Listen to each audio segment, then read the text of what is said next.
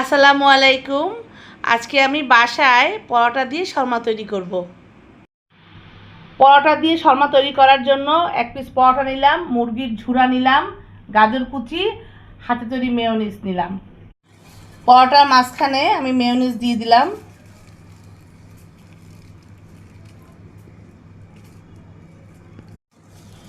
মুরগির মাংসের ঝুরা দিয়ে দিব।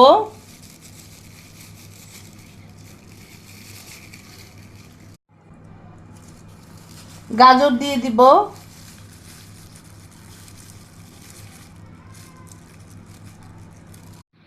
এখন আমি রোল করে নিব।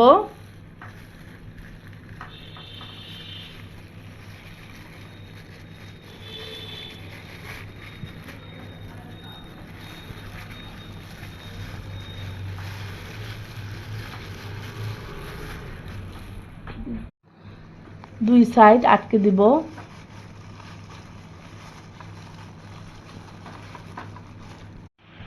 বাসায় তৈরি শর্মা সস দিয়ে পরিবেশন করব।